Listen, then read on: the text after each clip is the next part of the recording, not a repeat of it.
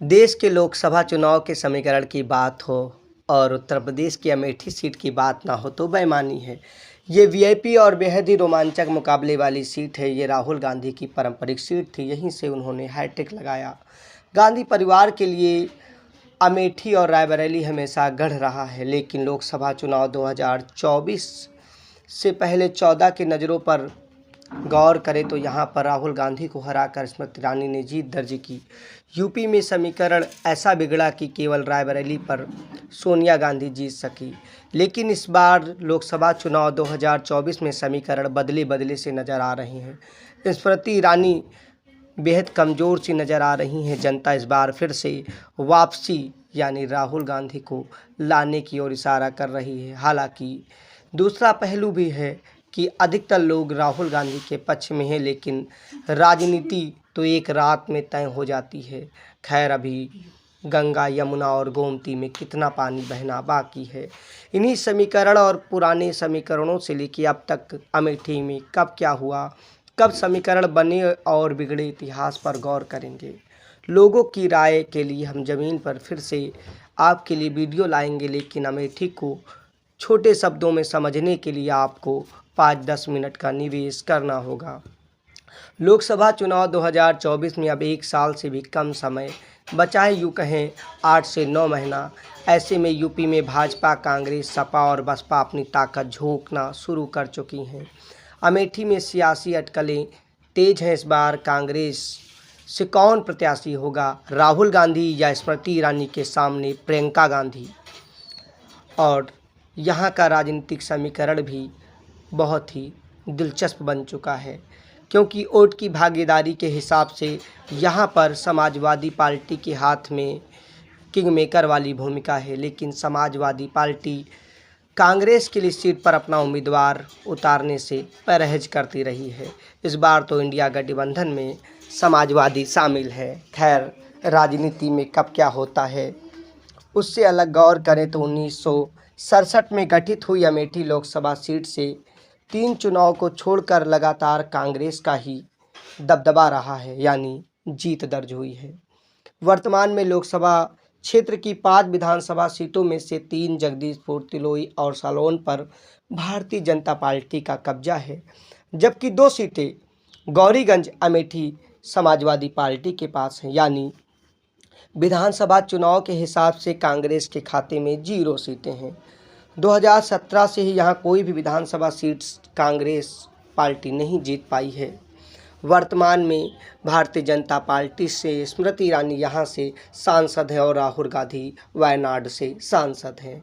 वह लगातार क्षेत्र में अपनी सक्रियता बनाए हुए हैं, छोटे छोटे कार्यक्रमों में भी शामिल होना, यहाँ तक कि सवाल पूछने पर दैनिक भास्कर के स्थानीय पत्रकार या फिर स्टिंगर कहें कि छुट्टी करा देने मामले से भी चर्चाओं में हैं। इस समय संजय गांधी हॉस्पिटल की मान्यता निरस्त करके बंद कर दिया गया है। जनता का इसमें आक्रोश भी है। आपका आक्रोश या आपके मुद्दे क्या है, आप कमेंट में अवश्य बताइएगा।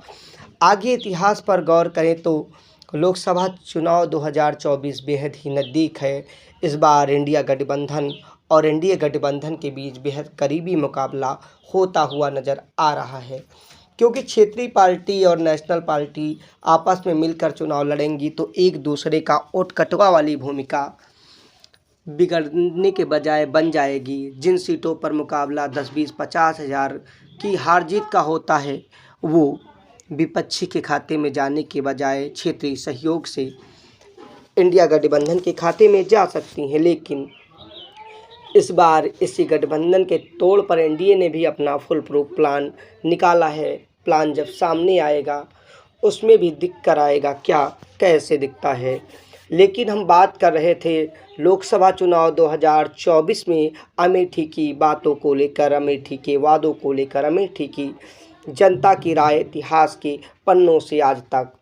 जब हमने यहाँ के कुछ हिस्सों में जाकर सर्वे यानी बातचीत करना चाहा तो अधिकतर लोगों का रुझान राहुल गांधी को फिर से लाने और स्मृति ईरानी को भूल बताने की रही है। वो भी वीडियो हम बहुत जल्द आपको डालेंगे। लेकिन फिलहाल राहुल गांधी और प्रियंका गांधी इनमें से कौन चुनावी मैदान में उतरेगा, ये भी संभावना यानी इनमें क्या स्पष्ट है, किसी ने अभी तक नहीं बताया है। खैर, गांधी परिवार से ही रायबरेली और अमेठी में उम्मीदवार उतारे जाएंगे, ये भी स्पष्ट हो चुका है।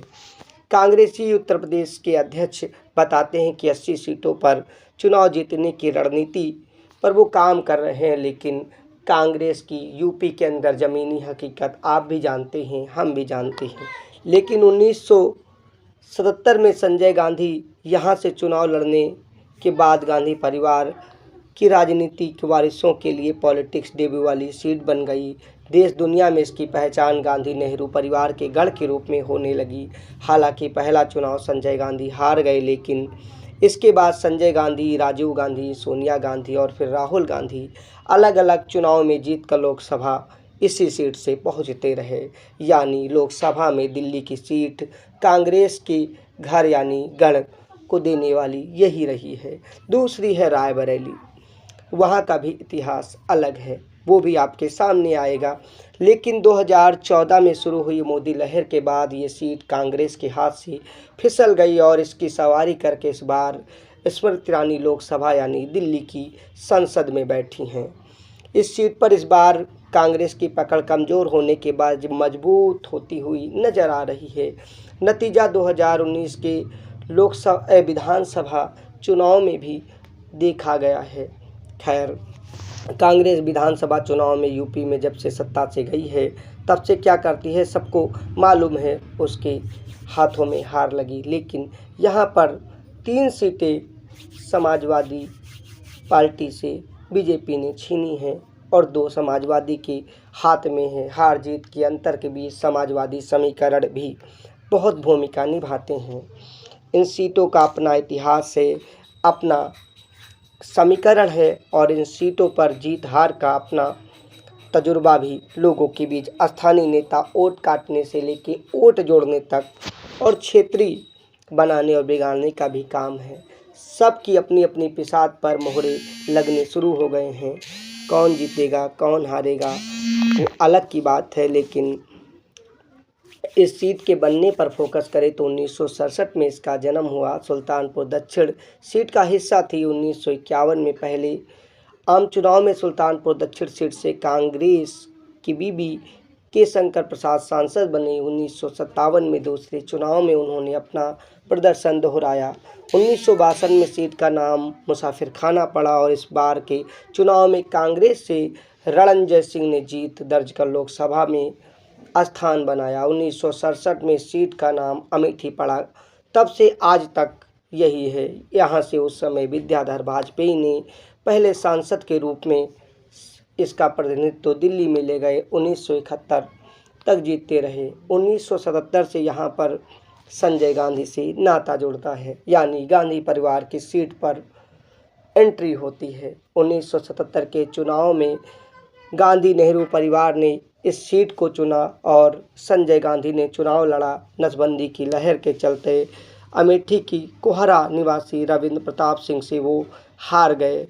अमेठी में इस लहर का मतलब आप जानते होंगे। 25 जून 1975 को जो इमरजेंसी लगी उसके बाद कांग्रेस का सूफड़ा साफ हो गया था। यूपी ही नहीं, उत्तर प्रदेश, मध्य प्रदेश, हरियाणा, गुजरात और पंजाब से। तो यूपी की दोनों सीट रायबरेली से भी और अमेठी से भी गांधी परिवार का काम खत्म हो गया था। उस लहर को छोड़ दिया जाए तो उसके बाद फिर से यहाँ 3 साल बाद 1980 में चुनाव हुए। बड़े मार्जिन से संजय गांधी जीते और संजय गांधी की असमय मृत्यु हो जाने के बाद उनके भाई राजीव गांधी का इस सीट पर राजनीतिक जन्म यानी पदार्पण हुआ और 1981 में उपचुनाव में राजीव के सामने शरद यादव ने ताल ठोकी। जी हाँ, शरद यादव वही जेडीयू वाले। लेकिन राजीव ने 81.18% मत प्राप्त करते हुए बड़े मार्जिन से सीट अपने पक्ष में कर ली। 1984 के चुनाव में राजीव के सामने संजय गांधी की पत्नी मेनका गांधी, जो इस समय पीलीभीत से सांसद हैं, लेकिन जनता ने राजीव पर भरोसा जताया और 3,14,878 वोटों के भारी अंतर से राजीव ने सीट पर जीत दर्ज की और दिल्ली की कुर्सी पर पहुंचे। 1989 कि चुनाव में यहाँ फिर से गांधी बनाम गांधी का मुकाबला देखने को मिला। राजीव गांधी के सामने महात्मा गांधी के पौत्र राजमोहन गांधी थे, यानी यहाँ पर नेहरू खानदान से इंदिरा गांधी, जिनका सरनेम गांधी हुआ, और दूसरे असली महात्मा गांधी के पौत्र गांधी। लेकिन इस बार भी जनता ने नेहरू गांधी खानदान यानी इंदिरा गांधी के पुत्रों को इस चुनाव में जीत दर्ज कराई। लेकिन इस चुनाव में जनता ने राजीव का साथ देते हुए फिर दिल्ली पहुंचाया। महात्मा गांधी के पुत्र राजमोहन गांधी चुनाव हार गए। इस चुनाव में बसपा से काशी राम भी यहाँ से चुनाव लड़े। उन्हें अपनी जमानत गंवानी पड़ी थी। जी हाँ, बसपा यानी बहुजन समाज पार्टी की नींव रखने वाले काशी राम जी। राजीव गांधी 1991 में चुनाव में भी यहाँ से जीत चुके, लेकिन उनकी मृत्यु हो जाने के बाद फिर से उपचुनाव हुए, जिसमें उनके साथी कैप्टन सतीश शर्मा ने जीत दर्ज की। कैप्टन शर्मा 1996 में भी यहाँ से सांसद चुने गए। 1998 में उन्हें भाजपा के संजय सिंह के सामने हार माननी पड़ी, यानी वो यहाँ से चुनाव हार गए। यह दूसरा मौका था जब इस सीट से कांग्रेस की हार हुई। 1977 इमरजेंसी के कारण और 1998 में स्थानीय नेता संजय सिंह से मात खाए। 1999 में फिर से यहाँ पर गांधी परिवार ने अपने वर्चस्व यानी राजनीतिक पदार्पण यात्रा की शुरुआत की। उनके सामने भाजपा से इस बार संजय सिंह थे। एक तरफा लड़ाई में सोनिया गांधी ने इस सीट पर 3,12,000 वोटों से जीत दर्ज की। इसके बाद अगले चुनाव में वो रायबरेली चली गई। राहुल ने यहाँ पर लगातार 3 बार चुनाव जीतकर अपनी उपस्थिति और जनता के बीच मजबूत पकड़ का परिचय दिया। 2004 से लोकसभा चुनाव में राहुल गांधी ने सीट पर अपना पहला चुनाव लड़के राजनीतिक जीवन की शुरुआत की। उन्होंने 66.18% वोट प्राप्त कर बसपा के चंद्र प्रकाश को बड़े अंतर से हराया और 2009 में चुनाव में राहुल ने 71.18% वोट प्राप्त किया। यानी यहाँ पर लगातार कांग्रेस का मार्जिन बढ़ता रहा। फिर बसपा 14.54% वोट के साथ रनर रही। 2014 में मोदी लहर के सामने भाजपा ने स्मृति ईरानी को लाया और आपने कुमार विश्वास को, जी हाँ वही कुमार विश्वास, कवि कुमार विश्वास मैदान में उतरे, गांव-गांव घूमे, कविता का राग अलापा। लेकिन कड़ा मुकाबला यहाँ पर उस समय त्रिकोणी हो गया। राहुल का मार्जिन घटा, लेकिन अमेठी की मजबूत पकड़ में उन्हें फिर से जीत दर्ज हुई और राहुल गांधी ने स्मृति ईरानी को 1,07,903 वोटों से हरा दिया। लेकिन उनका वोट प्रतिशत केवल 86.71 यानी 71% रह गया। इस चुनाव में भाजपा को 34.38% वोट मिले, यानी कि उन्हें लगा कि लगातार लड़ते लड़ते राहुल को हराया जा सकता था। और इसी सीट पर उस दिलचस्प मुकाबले में कड़ी फाइट में कुमार विश्वास, जो आम आदमी पार्टी के थे, उन्हें 25,572 वोटों के साथ चौथा स्थान प्राप्त हुआ। यहाँ पर फिर 2019 में वही हुआ जिसकी शुरुआत 2014 में हुई। स्मृति ईरानी ने 34.38% मतों से मजबूत पकड़ बनाई और लगातार ज़मीन पर जाकर मजबूत पकड़ के साथ अमेठी की जनता के दिल पर राज करने लगी और यहाँ से जीतकर कैबिनेट मंत्री बनी। स्मृति ईरानी ने लगातार सक्रियता के नतीजे देकर लोगों को अपनी तरफ वादों के जरिए मोड़ा। 2019 लोकसभा सीट में उन्होंने इतिहास रचा। अगर वायनाड से केरल के राहुल गांधी लोकसभा चुनाव लड़कर ना जीते होते तो दिल्ली की कुर्सी यानी संसद में वो कहीं बैठने लायक ना रहते। खैर, राजनीति में हार जीत चला करती है। इस चुनाव में सपा और बसपा ने कांग्रेस को समर्थन दिया था। सीधे मुकाबले में स्मृति ईरानी ने राहुल गांधी को 55,120 वोटों से हरा दिया। स्मृति ईरानी को 4,68,514 मत मिले, जबकि राहुल गांधी को 4,13,354 मत मिले। यानी अगर इंडिया बनाम एनडीए गठबंधन का भी 2024 में मुकाबला देखें तो समय भी बसपा और समाजवादी पार्टी ने कांग्रेस को ही समर्थन दिया था। इस लिहाज से सीट पर कोई ज़्यादा प्रभाव पड़ता हुआ नहीं दिख रहा है। लेकिन एक चीज़ और दिखती है कि इस सीट पर इस बार समीकरण पलटे पलटे नज़र आ रहे हैं। जनता लगातार स्मृति ईरानी के वादे जो उन्होंने कहा था वो ना पूरा होने की बात कर रही है और इस सीट पर समाजवादी पार्टी का वोट बैंक जातीय समीकरण के अनुसार मजबूत है। विधानसभा में उसकी बानगी भी देखने को मिली है। गौर करके देखिए, 5 में से 2 सीटों पर सपा ने कब्जा जमाया उस योगी और मोदी लहर के बीच, जिसमें यूपी में केवल भगवा भगवा नजर आया था।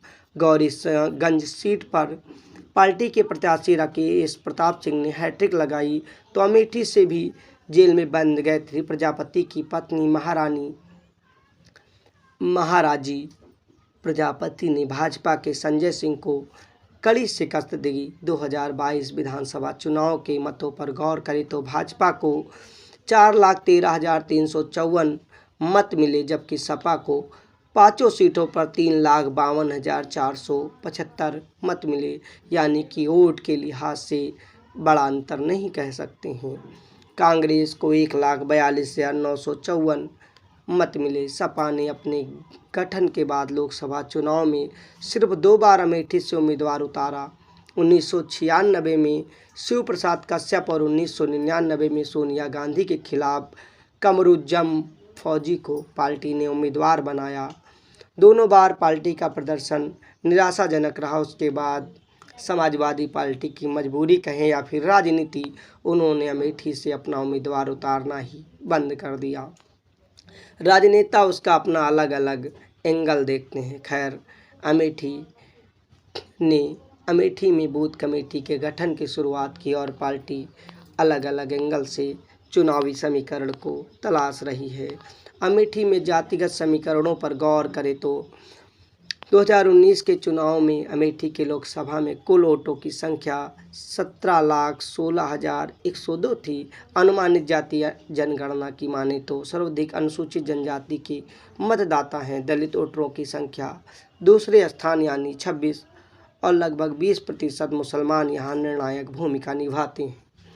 18% ब्राह्मण यहाँ पर किसी भी समीकरण को पलटने का मायदा रखते हैं। 11% क्षत्रिय हैं, जिनका क्षेत्रीय सांसदों या विधायकों के अनुसार पाला इधर से उधर हुआ करता है।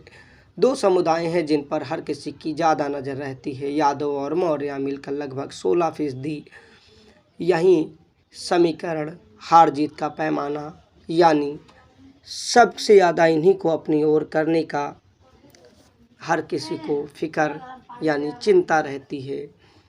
यादव समाजवादी के साथ रहते हैं, लेकिन उम्मीदवार ना होने से इधर उधर बिखर भी जाते हैं। 10% लोधी और कुर्मी वोटर यहाँ के समीकरण को और दिलचस्प बनाते हैं। खैर, अमेठी की राजनीति में बहुत कुछ है। देखने वाली बात हो कि लोकसभा चुनाव 2024 में इन समीकरणों का कितना किसको फ़ायदा मिलता है और लोकसभा चुनाव में कौन यहाँ से जीत दर्ज करता है। इस बार अमेठी के अंदर सीधे तौर पर कहें तो स्मृति ईरानी के खिलाफ सत्ता विरोधी लहर यानी उनकी व्यक्तिगत नाम को ले, बाकी आपको जो लगे, जहां भी आपको लगे कुछ ऐसा है जो बताने योग्य है, आप कमेंट करके अवगत कराते रहें। हम सुधार करते रहेंगे और जनता की बात यहीं से लेकर आएंगे। फिर आपके सामने नए समीकरण में जल्द ही पेश होते हैं। विशाल की रिपोर्ट।